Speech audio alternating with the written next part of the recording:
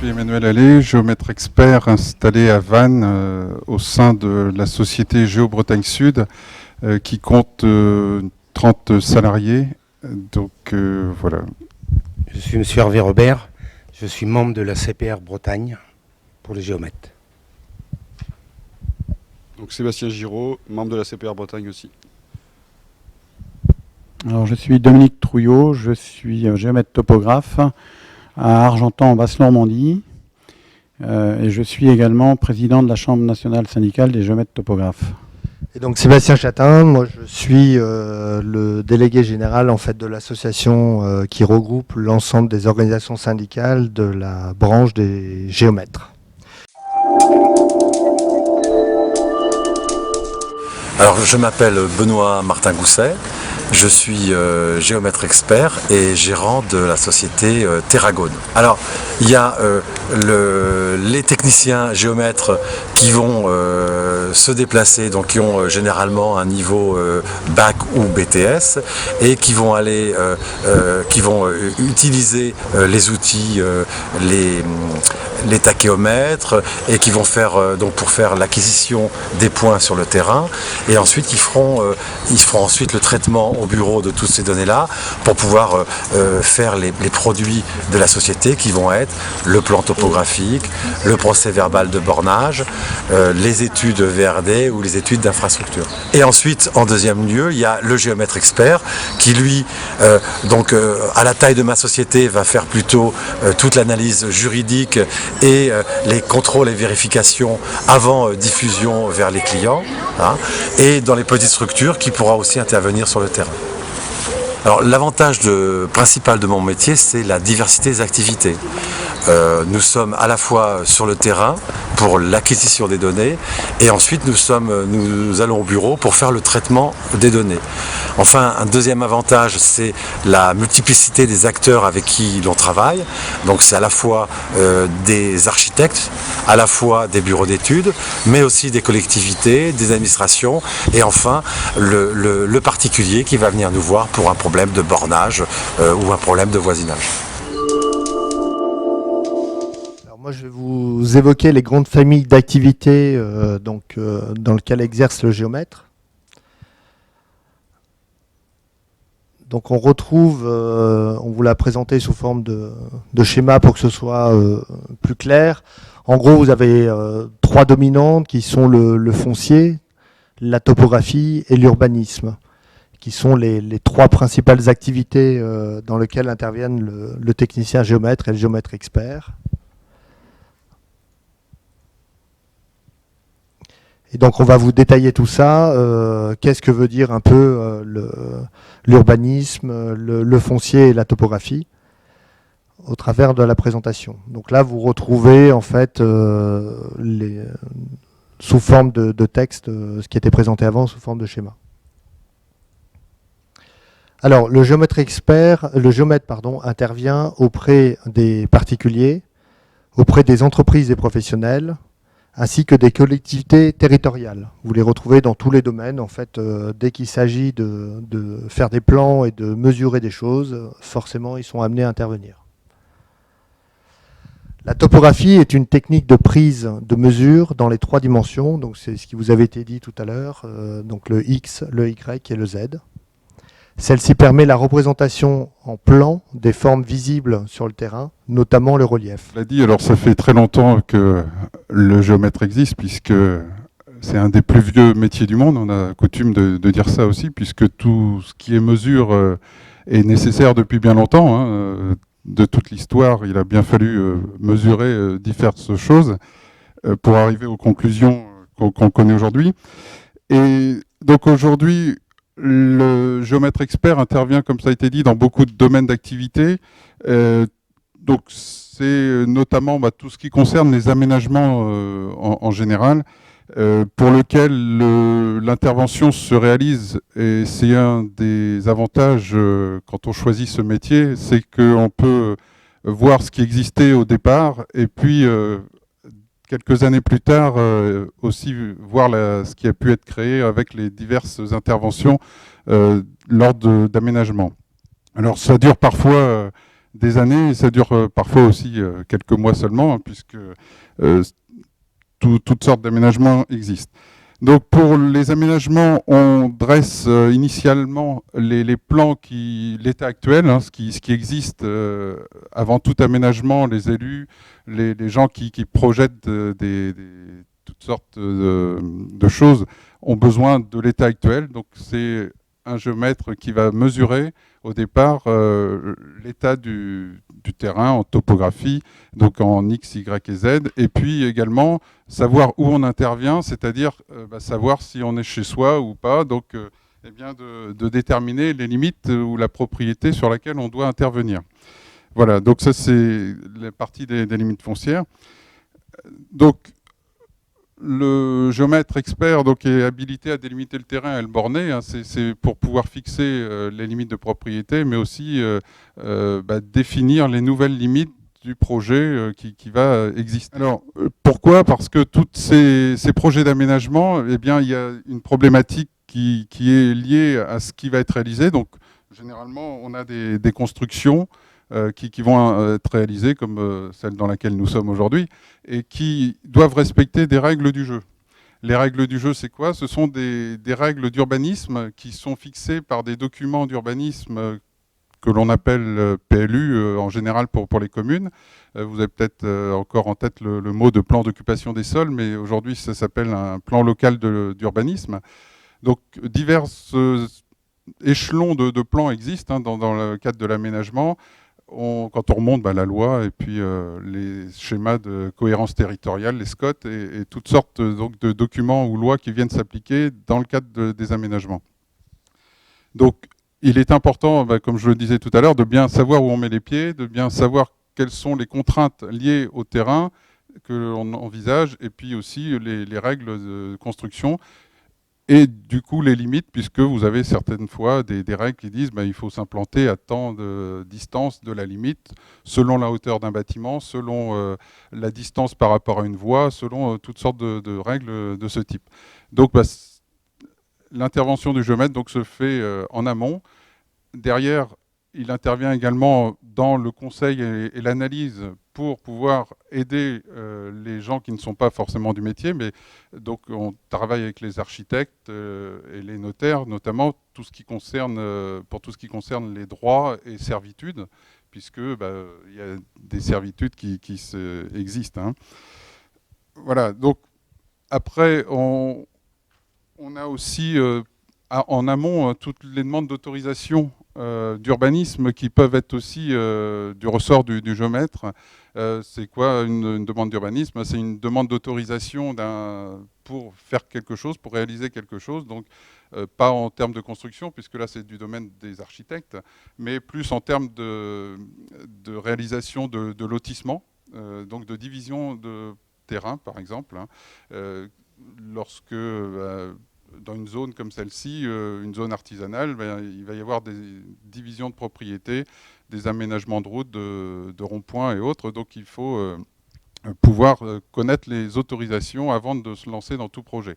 De même, une personne qui souhaite diviser un terrain, aménager son terrain, sa propriété, pour éventuellement vendre un terrain à bâtir, c'est souvent le cas, ou diviser une propriété en partage, eh bien il faut pouvoir, avant de le faire, et savoir si l'autorisation administrative peut être donnée.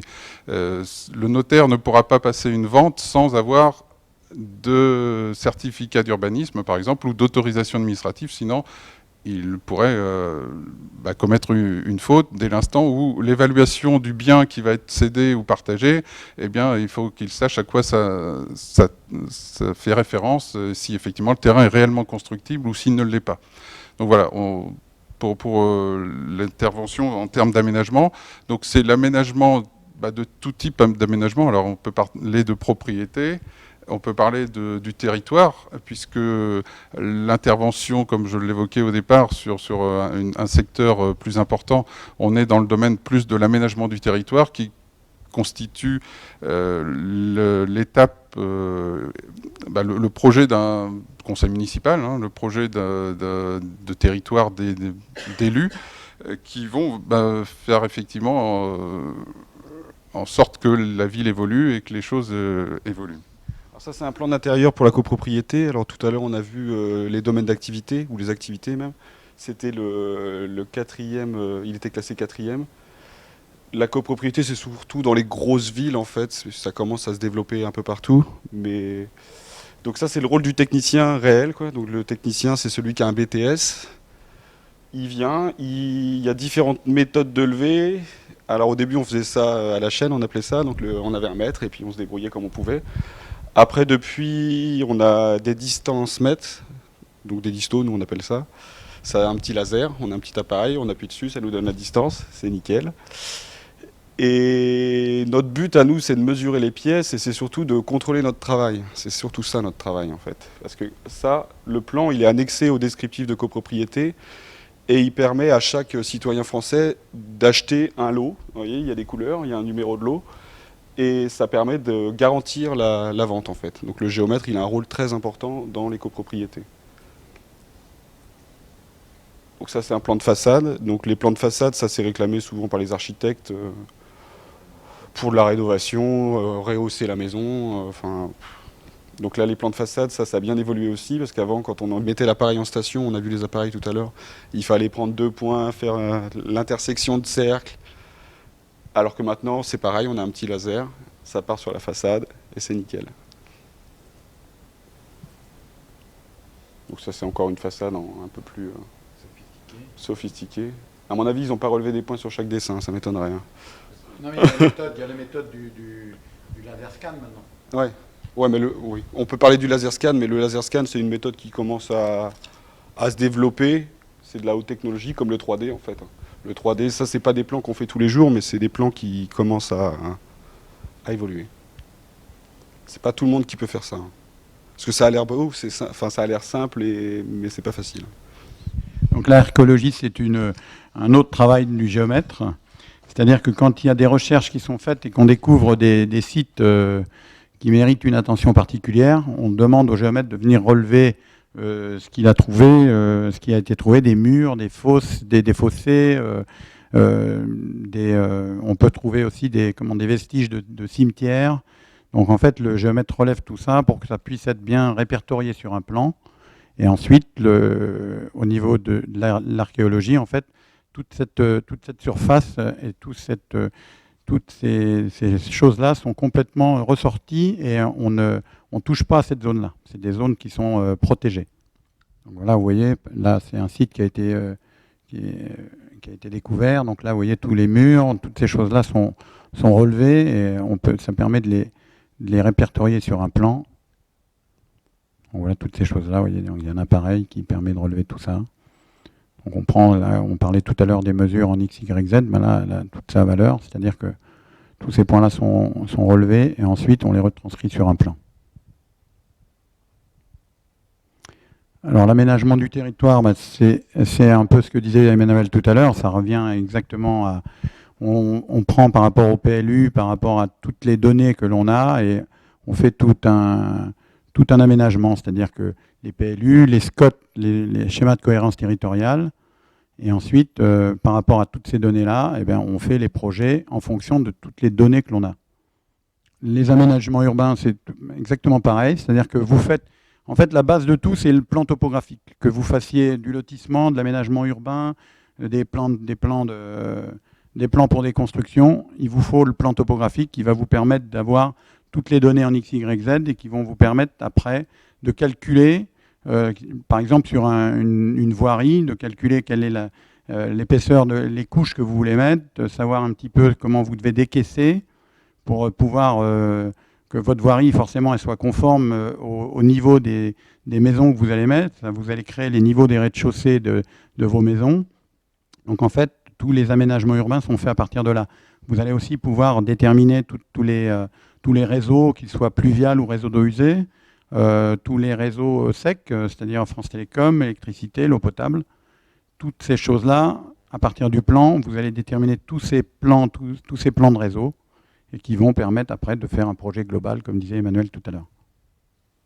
Voilà, un plan topographique, vous voyez, on le voit pas très très bien, mais vous avez tous si vous avez des bordures, les bordures ont été relevées. Si vous avez les réseaux existants, on prend les profondeurs des réseaux. Ça nous permet exactement de savoir comment on peut rattacher le projet sur tous ces éléments-là.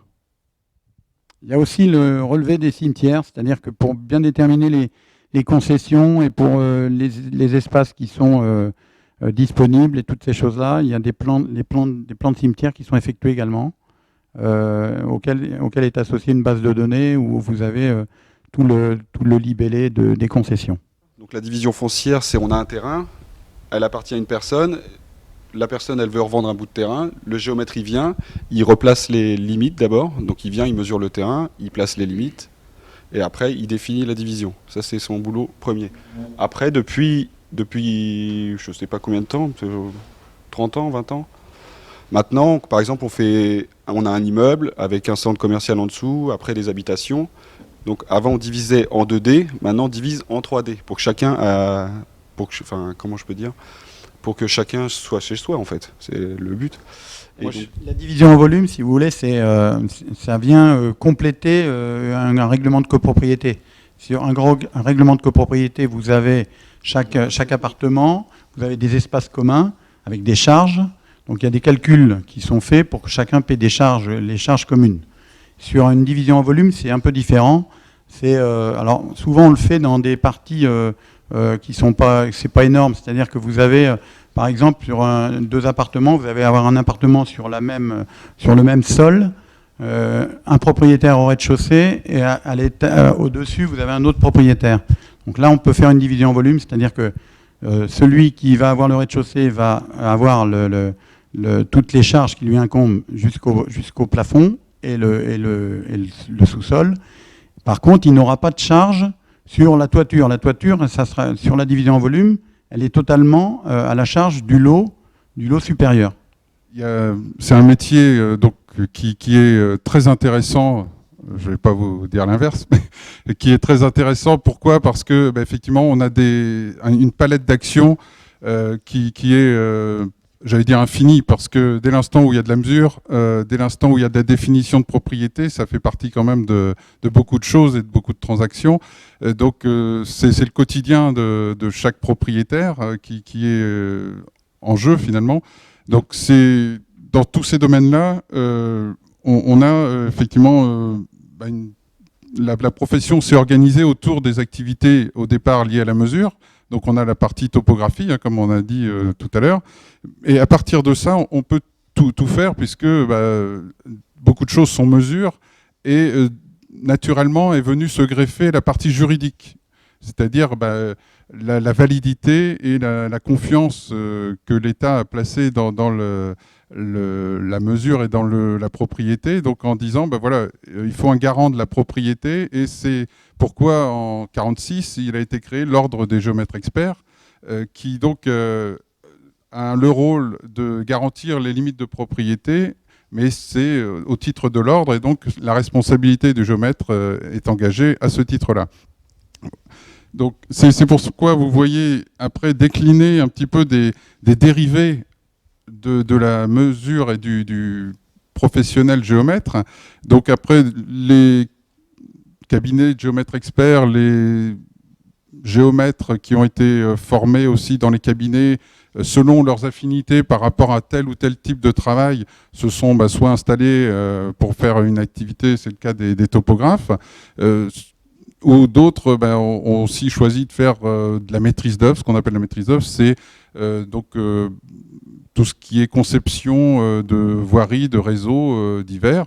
Donc ça peut être aussi intégré dans les bureaux divers de topographes ou de géomètres experts, mais ce sont en général les bureaux d'études. Donc la palette et les géomètres experts ont des activités très variées. Alors vous allez tomber chez quelqu'un qui effectivement va faire que du foncier, c'est-à-dire de la délimitation de propriété, et puis d'autres structures vont avoir choisi d'étendre plus leur activité et vont faire à ce moment-là d'expertise immobilière, enfin de ce genre de choses qui sont liées à la base à la propriété, à la mesure et au juridique.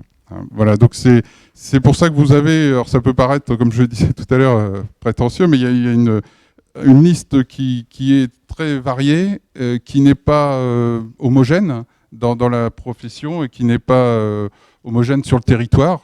Vous avez à Paris donc beaucoup de géomètres qui travaillent bien sûr dans tout ce qui est copropriété, immeuble, expertise immobilière, hein, puisque c'est naturellement la typologie urbaine que l'on trouve là-bas. Et puis vous avez les géomètres experts qui font du remembrement de l'aménagement foncier dans la campagne, puisque c'est effectivement le besoin local. Vous avez des géomètres experts qui peuvent aussi faire de l'expertise foncière, de l'évaluation immobilière, de forêt, enfin toutes sortes de choses. Donc ça, c'est vraiment, à ce titre-là, très intéressant, c'est ce que je disais tout à l'heure, puisque par une formation initiale, vous allez avoir devant vous des voies qui sont très diverses et qui sont, comment dire, permettent aussi aux gens de se découvrir des passions ou pas, enfin peu importe. Mais c'est pour ça que la profession a toujours été très formatrice, hein.